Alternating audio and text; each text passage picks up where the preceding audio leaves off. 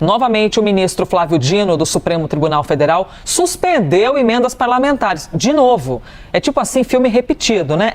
Só que desta vez diz respeito especificamente a um montante desse dinheiro. Esse bloqueio é em cima de dinheiro que vai para as ONGs, as organizações não governamentais, que fazem, Isabel Mega, na nossa sociedade, um baita trabalho, né? Eu costumo dizer que onde você tem, que as ONGs ocupam a lacuna que não é ocupada pelo poder público. Então, você tem muita gente fazendo um baita de um trabalho sério, importante, amparando a população e todo mundo, principalmente os que estão menos providos de uma boa condição financeira. Isabel Mega, nos conte, o que embasou desta vez esse bloqueio do ministro Flávio Dino e foi baseado em que tipo de documento? Quantas ONGs fazem parte desse bloqueio? Enfim, nos explique tudo. Bom dia. Elisa, essa foi a primeira decisão também do ministro Flávio Dino neste ano de 2025, mirando um relatório que ele mesmo pediu à Controladoria Geral da União para que fizesse uma espécie de inspeção em relação à atuação de ONGs via emendas parlamentares. Então, de 26 ONGs que foram analisadas pela Controladoria Geral da União, metade, 13 ONGs apresentaram problemas e são elas o alvo dessa recente decisão do ministro Flávio Dino. O que significa dizer? É que elas não cumpriram as regras ali de transparência em relação ao uso e ao recebimento desse dinheiro que foi repassado via CGU, a Controladoria Geral da União. De acordo com o órgão, o ministro Flávio Dino também determinou que a CGU fizesse uma auditoria específica em relação a essas ONGs e que apresente um relatório mais detalhado ainda dentro de 60 dias. O que acontece daqui para frente? A Advocacia Geral da União vai ter que acionar também os ministérios para informar sobre essa proibição desses novos repasses, para que fique todo mundo na mesma página, todo mundo entenda o teor dessa decisão do ministro Flávio Dino. E um outro ponto que também é bastante relevante é que em relação a 9 ONGs, o ministro Flávio Dino determinou que também sejam analisadas, apresentar informações de forma incompleta. Então, elas não estão ali no ponto da suspensão, mas elas também não apresentaram tudo que deviam. E aí, também estão na mira dessas decisões do ministro Flávio Dino, porque estão faltando alguns dados e elas vão ter que apresentar isso dentro de 10 dias, segundo o ministro Flávio Dino. Essas 13 ONGs que a gente menciona, que foram alvo dessa suspensão do envio de verbas, Elisa, elas também vão ser inscritas em cadastros para que elas possam ser consideradas entidades inidôneas e impedidas de celebrar convênios ou de receber repasses da administração pública. Então, elas vão ter que regularizar toda essa situação para que tudo fique muito bem acertado. Chama atenção porque o ministro Flávio Dino terminou o ano de 2024, ali no 31 de dezembro, com decisões a respeito da situação das emendas, mas eram repasses autorizados para cumprimento do piso constitucional da saúde, utilizar o dinheiro dessas emendas, são cerca de 370 milhões de reais.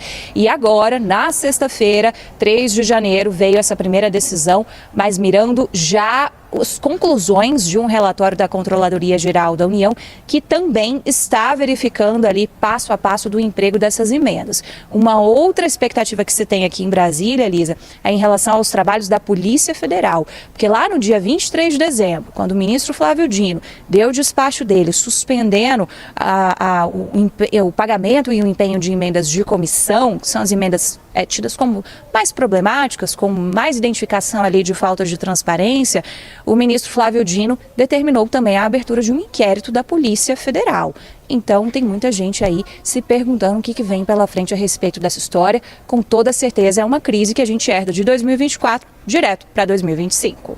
Isabel Mega, você está falando aqui e já me ocorreu uma pergunta, e já a gente vai chegar inclusive na Basília, hein? Na Basília Rodrigues, para poder ver inclusive os efeitos políticos, todo efeito mais amplo. Porque, Mega, você que acompanha isso no dia a dia, a gente acompanhou alguns bloqueios por parte do Supremo Tribunal Federal em cima das emendas parlamentares, mas geralmente a gente via o olhar voltado para os deputados, ou para os parlamentares se explicarem. Só para compreender, agora a gente tem um olhar que é diferenciado, ou seja, é um olhar no destino das emendas. É como se a gente tivesse as emendas que vão para as prefeituras, é como se a gente estivesse olhando para as prefeituras, por exemplo, só que nesse caso são as ONGs, é isso? Visa então um olhar fiscalizatório, de transparência, de rastreabilidade, mas mais focado no destino das emendas.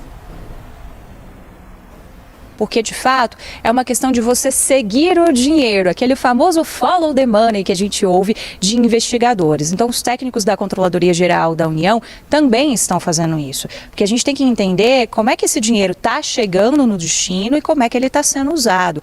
As primeiras decisões do ministro Flávio Dino, elas cobravam justamente esse mecanismo de controle e de transparência total.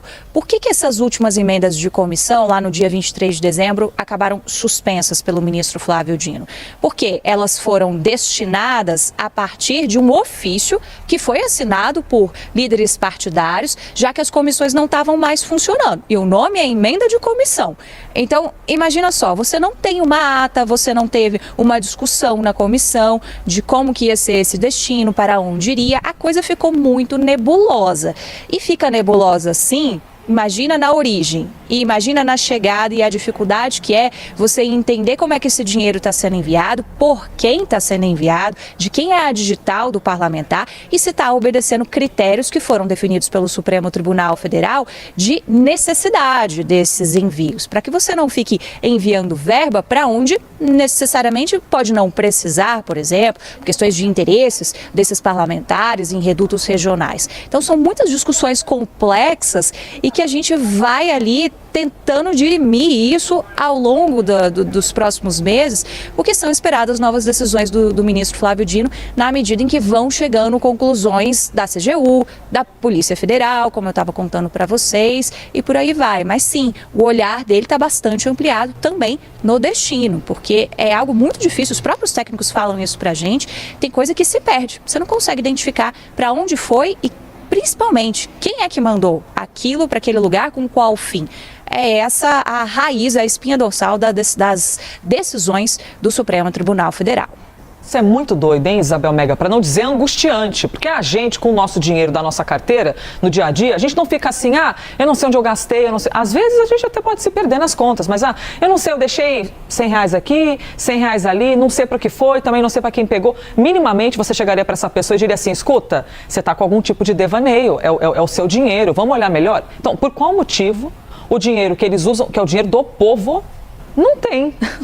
Não tem esse tipo de fiscalização, é inacreditável. Ei, Bolsonaro, 2025 chegou, viu? Não passa desse ano, seu vagabundo. Esse ano você paga por todo o mal que fez ao povo brasileiro. Vai passar o Natal no Chilindró. Amém, meu povo? Diz amém. O povo brasileiro clama por justiça.